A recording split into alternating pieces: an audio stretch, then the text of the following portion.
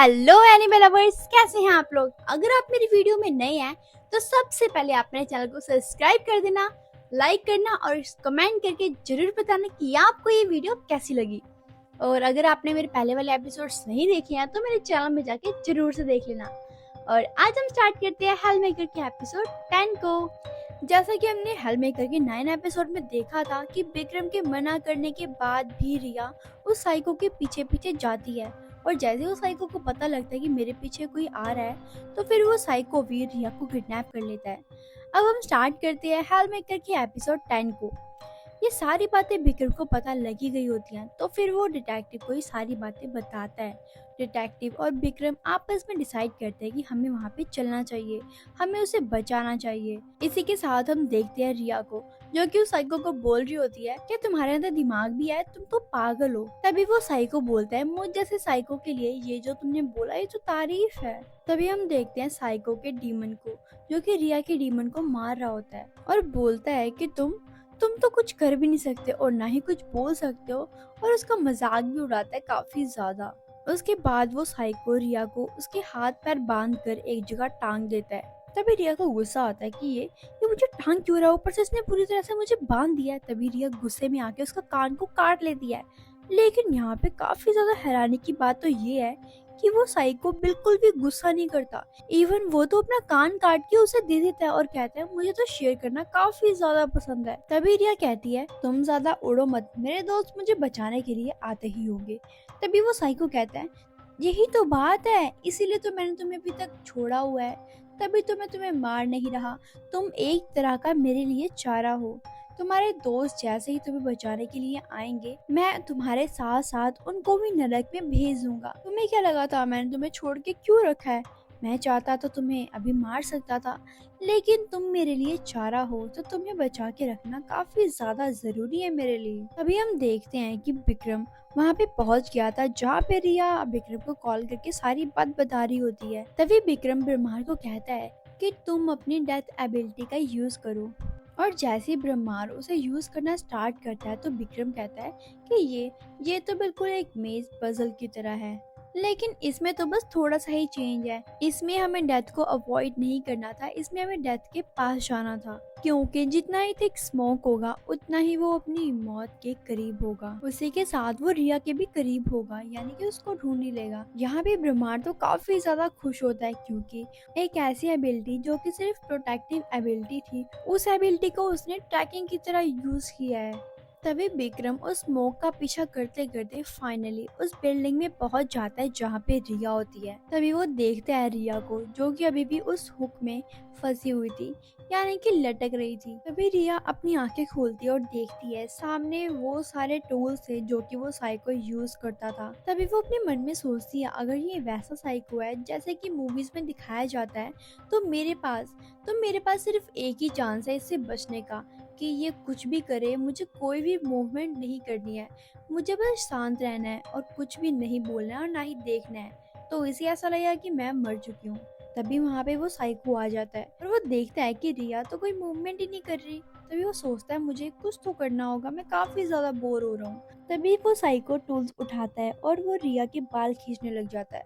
तभी रिया जोर जोर से रोने लग जाती है और सोचती है क्या क्या सच में वो लोग मुझे बचाने के लिए नहीं आएंगे? क्या मुझे ऐसे ही मरना होगा? लेकिन तभी वो साइको उसकी आंखें निकालने का सोचता है। जैसे वो उसकी आंखें निकालने लग जाता है तभी तभी उसको पुलिस का हॉर्न सुनाई देता है और उसका डीमन आके उसे कहता है बैड न्यूज, हमें हमें पुलिस वालों ने ट्रैक कर लिया है। तभी वो साइको हैरान हो जाता है और कहता है ऐसा कैसे हो सकता है, मैं तो कोई भी क्ल्यू नहीं छोड़ता कि कोई हमें ट्रैक कर सके। मुझे लगता है कोई ना कोई हेल बिल्डर होएगा। तभी उसका डीमन कहता है चलो छोड़ो, मैं हैंडल कर ही लूंगा, मेरे पास तो काफी अच्छी पावर्स हैं। उसके बाद हम देखते हैं डिटेक्टिव को, जो कि अपने पार्टनर से पूछ रहा होता है क्या तुम इस पर्सन को जानते हो जिसने हमें रिपोर्ट दी है कि यहाँ पे कोई हेल बिल्डर है? लेकिन वो बोलता है नहीं, मुझे नहीं पता।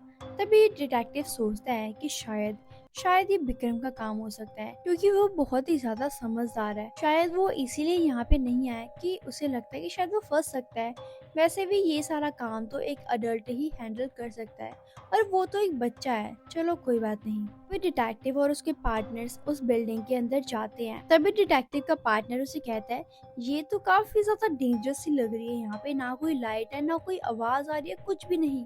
तभी डिटेक्टिव कहता है, मुझे रिपोर्ट मिली है कि यहाँ पे किसी गर्ल को किडनैप करके लाया गया है और उसे बंद करके रखा गया है। इसीलिए चाहे कुछ भी हो, हमें उसे बचाना ही होगा।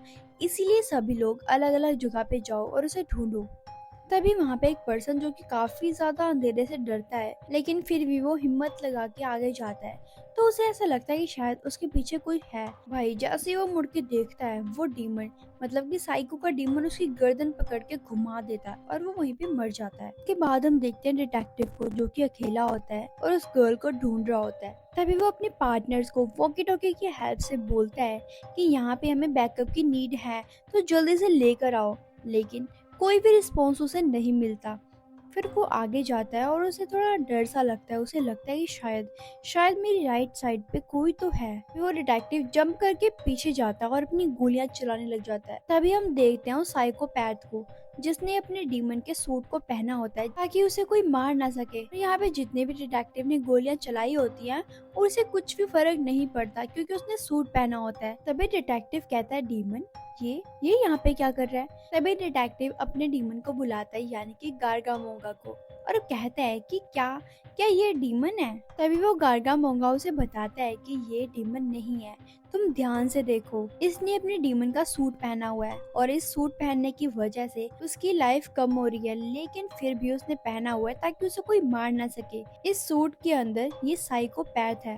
फिर डिटेक्टिव सोचता है कि मैंने तो सारी गोलियां अपनी खत्म कर दी, अब तो मेरे पास गोलियां भी नहीं है। तभी उसे साइड में दिखाई एक रॉड दिखती है और वो उसे उठाता है और उस साइको को कहता है कि तुम अब मुझसे बच के कहीं नहीं जा सकते, मैं तुम्हें नरक में भेज कर ही रहूंगा। लेकिन यहाँ पे तो वो साइको काफी ज्यादा पावरफुल होता है। वो डिटेक्टिव को एक जोर से लात मारता है और डिटेक्टिव बाहर जाके गिरता है। काफी ज्यादा चोट लगी होती है उसे। लेकिन यहाँ पे उस साइको को लग रहा होता है कि शायद इस डिटेक्टिव के अलावा भी कोई और भी यहाँ पे हेल्प बिल्डर है। तभी वो जोर जोर से बोलता है कि तुम लोग कब तक छुपोगे मुझसे? मैं इस डिटेक्टिव को मारने के बाद तुम्हारे पास ही आऊंगा। लेकिन यहाँ पे तो विक्रम काफी ज्यादा डर जाता है।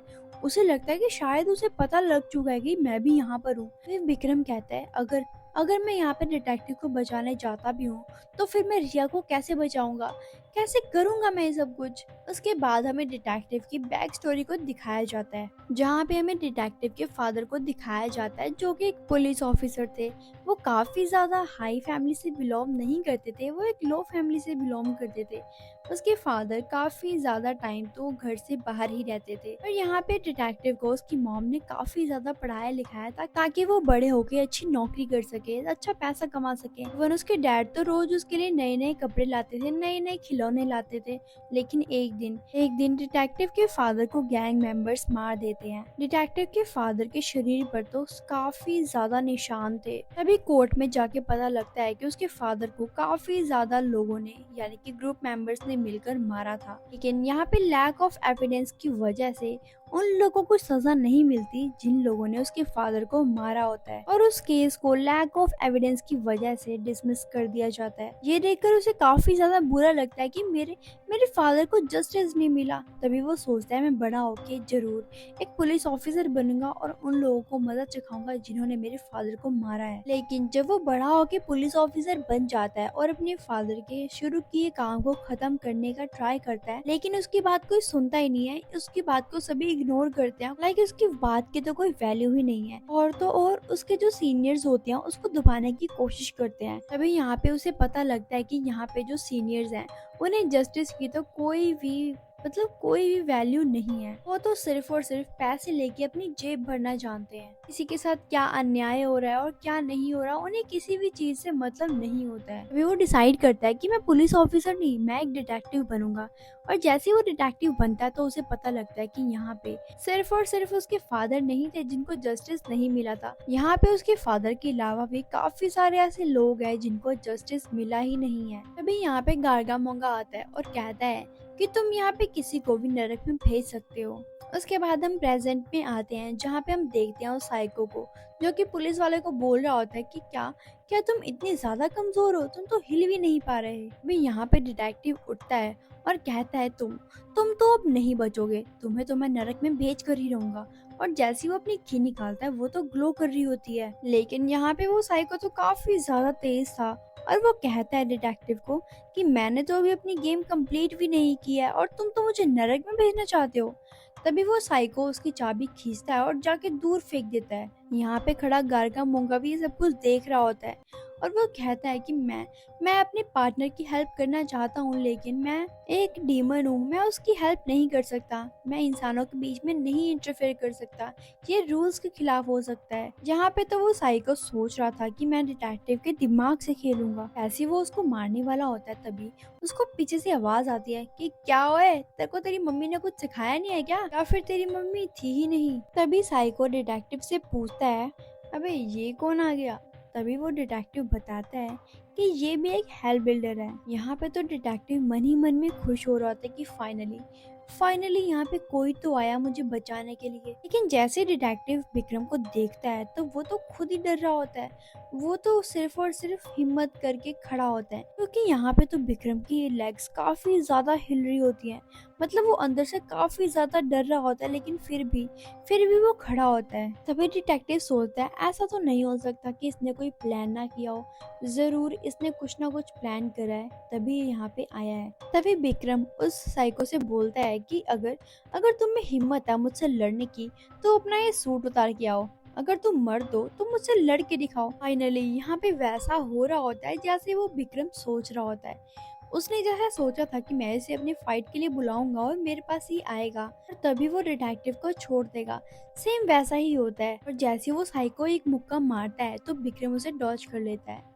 तो कहता है कोई बात नहीं, एक ही मुक्का था, नेक्स्ट तुम बच के दिखाओ। जैसे ही वो साइको मुक्के मारते जाता है और सेम साइड विक्रम उसके मुक्कों को डॉज करता रहता है। उसका डीमन पीछे से कहता है कि जल्दी से करो यार, क्या कर रहे हो तुम, एक मुक्का मार के उसे खत्म कर दो। तभी साइको कहता है मैं ट्राई तो कर रहा हूँ यार, रुको। लेकिन यहाँ पे तो विक्रम काफी आराम से बच रहा होता है। यहाँ पे तो वो साइको काफी ज्यादा थक जाता है। तभी वो सोचता है कि यार इसमें ऐसा क्या है कि मैं इसको इतनी ज्यादा मुक्के मार चुका हूँ, लेकिन फिर भी ये बचता ही जा रहा है, कुछ तो बात जरूर है इसमें। तभी यहाँ पे ब्रह्मार आता है और विक्रम से कहता है तुम कर क्या रहे हो, अगर तुम ऐसे ही करते रहे तो तुम जल्दी ही थक जाओगे और वो तुम्हें नरक में भेज देगा। तभी विक्रम कहता है क्या तुमने मुझे ऐसे ही समझा है, मैं बच्चा नहीं हूँ यार। तभी ब्रह्मार कहता है अच्छा तो तुमने कुछ ना कुछ सोचा हुआ है तभी तुम ऐसा कर रहे हो, चलो ठीक है, तुम इसे कुछ ना कुछ करके पाप करने पे मजबूर करो ताकि तुम इसे नरक में भेज सको, और थोड़ा जल्दी करो। तभी हम देखते हैं डिटेक्टिव को जो कि रेंग रेंग के उस चाबी के पास जा रहा होता है जो कि उस साइको ने फेंकी थी। यहाँ पर डिटेक्टिव रेंग रेंग के इसलिए जा रहा होता है क्योंकि उसकी पूरी बॉडी की हड्डियां टूट चुकी थी और उसे पता था कि यहाँ पे विक्रम ज्यादा देर तक तो नहीं टिक पाएगा, इसलिए उसे कुछ ना कुछ तो करना ही पड़ेगा। यहाँ पे क्वेश्चन तो ये है कि क्या डिटेक्टिव उसको नरक में भेजेगा या फिर विक्रम, क्या होगा। ये एपिसोड यहीं पे खत्म होता है। अगर आपको ये एपिसोड अच्छा लगा हो तो प्लीज गाइस सब्सक्राइब करो मेरे चैनल को, लाइक करो, शेयर करो और कमेंट करके जरूर बताना कि आपको ये एपिसोड कैसा लगा। और मेरे 1K होने वाले हैं तो प्लीज गाइस जल्दी सपोर्ट करो, जल्दी मेरे चैनल को सब्सक्राइब करो, शेयर करो अपने एनिमे फ्रेंड्स को।